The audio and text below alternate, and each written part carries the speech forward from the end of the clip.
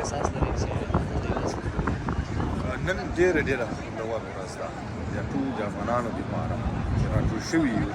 او دلته د بیرغ د ازادۍ موږ دپاره ډېره مهمه ورځ ده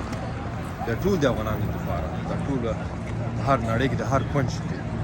چې دا موږ دپاره یو تاریخ ده یو فخر ده فرهنګ ده چې موږ دا بیرغ نن جفت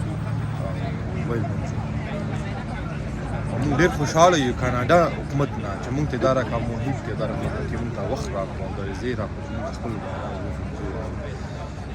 خپل تاریخ یاد وخت کم ده عمل لپاره وخت چې عمل وکړو ولایت یم دلته کاناډا اوتاوا کې اوسېږم نن ډېر د خوشحالۍ احساس کوم چې د افغانستان د استقلال ورځ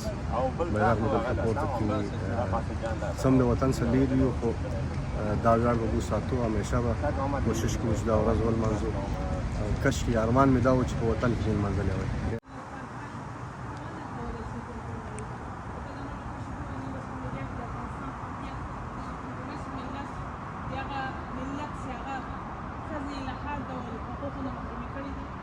جګړې وروسته نه هیڅ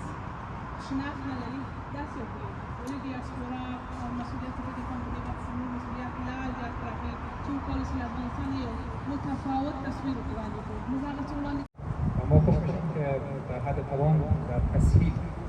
و تنظیم این فعالیت‌ها نقش داریم و بسیار خوش میشم با همکارای گرامی‌ها و در روزهای خوشی و مسرت مرتبط با مناسبت‌های ملی از جمله روز استقلال افغانستان کم میکنه اما با وجود این روز بسیار اهمیت نمادین داره برای همه ما و شما علاوه بر نقش و جایگاه تاریخی افغانستان در گستره فرهنگی و تمدنی منطقه و فراتر از او نگاهی به تاریخ 2 سده اخیر در افغانستان نشان میده که افغانستان در مقاطع مختلف از جمله در دوره شاه محمد خان در